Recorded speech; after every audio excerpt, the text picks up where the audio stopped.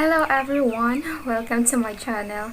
And as what I did in my last report, I am also tasked to report in a video by one of my favorite gorgeous teacher, none other than Ma'am Tessa Asaytitini. Hello ma'am. My report was all about clean water and sanitation under SDG or Sustainable Development Goals number 6, and it was just a continuation by my co-reporters, namely the Irene Bagalor and Irish May Bagarinaw. To start, let me view first my topic.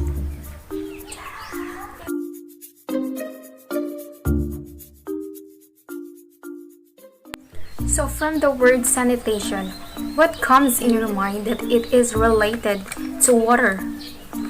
Yes, of course, it is related because sanitation means cleanliness or the proper hygiene on how to use water efficiently, accurately, and most especially when it comes to our safety.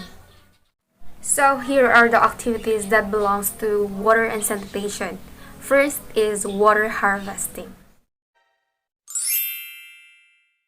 Rainwater harvesting is the process of collection of rainwater from surfaces on which rain falls, filtering it and storing it for multiple uses.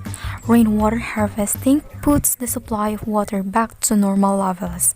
It is the collection and storage of water from surfaces that rain has fallen upon.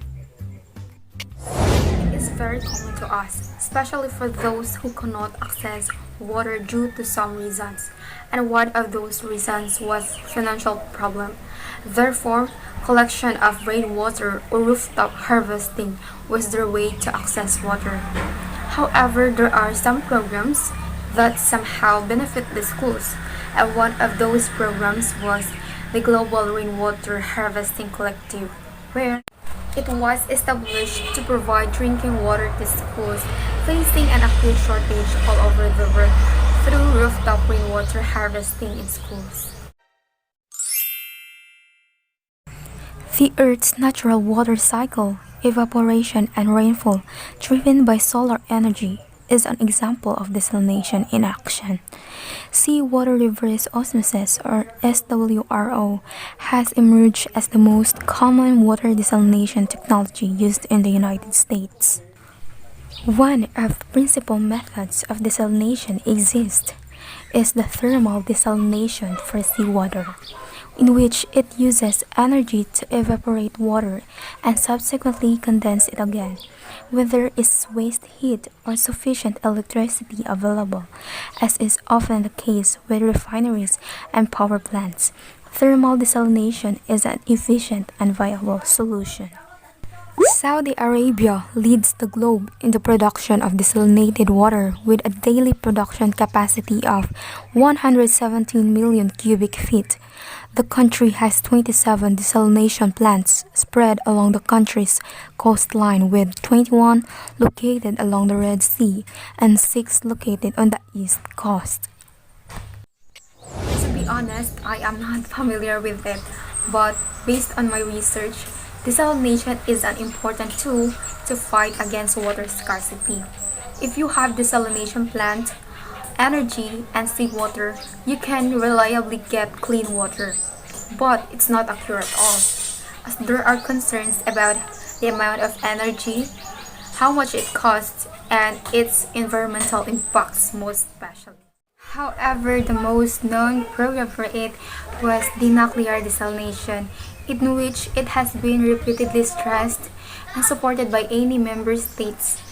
And also it has been demonstrated and eyed as a viable option to meet the growing demand for potable water and provides hope to areas with acute water shortages in arid and semi-arid zones. Next is water efficiency. We are just so lucky because we can access water. Imagine yourself and try to think and realize how lucky you are in your situation, while others are starving to have or to access water. Try to compare yourself with them. Therefore, the only thing we could help is to save water. Let us use water efficiently. So the following are tips on how to save water.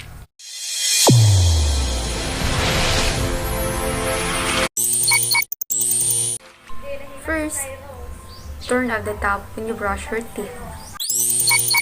Second, place a cistern displacement in your toilet cistern. Third, take a shorter shower. Fourth, always use full loads in your washing machine and dishwasher. Fifth, fix a dripping tap. Sixth, install a water bath. Seventh, water your garden with a watering can. Eighth, fill a jug with tap water and place this in your fridge. Ways and how to recycle and reuse technologies. Turning off water in the sink while brushing teeth. Watering water with dirty dishwater or used water. Place the bucket in the shower. Reuse water from old drinking bottles. Use a rain barrel to save runoff from roof. Lastly, fixing household leaks. Typically, there are several steps in the treatment process. These include: first, collection; second, screening and straining; third, chemical addition; fourth, coagulation and flocculation; fifth, sedimentation and clarification; sixth, filtration; seven, disinfection; eight, storage; nine, distribution. However, there are most commonly used chemicals for water treatment process, namely algicide, chlorine, chlorine dioxide, muriatic acid, soda ash or sodium bicarbonate. Renewable energy atmospheric water generator. Process and apparatus for treating perchlorate in drinking water supplies. Treatment of waters with multiple contaminants. Standalone integrated water treatment system for distributed water supply to small communities. High efficiency water purification system.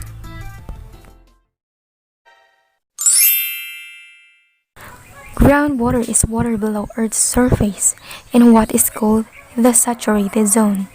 The saturated zone is the region underground where water completely fills any open spaces. The unsaturated zone is located just above the saturated zone.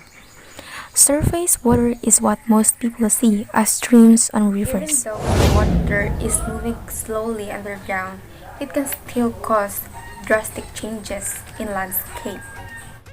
There are effects of groundwater caused by human influence. First, caused by humans through pumping from the ground. Second, most of the time, changes are caused because of gravity. Because when too much groundwater has been pumped from the ground, the land actually lowers. Because gravity pulls it down into the space that the groundwater occupied. When this happens, the land has subsided. Virtual water is the water used or contaminated to produce a good or a service. With the large increase of export of agricultural produce during the last decades, the amount of virtual water export has grown as well. It means virtual water, it is the water used to produce consumer products. The total volume of water refers to all the waters in the production of a product. Virtual water is essentially all of the hidden water behind the product. Every product we consume contains virtual water.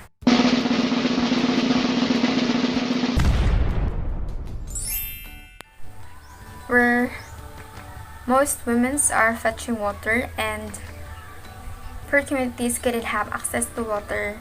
That's why equity is most needed to them. Stay hydrated. We've heard it a lot of times, right? And yes, we should always keep our body hydrated, as it has many benefits to our body.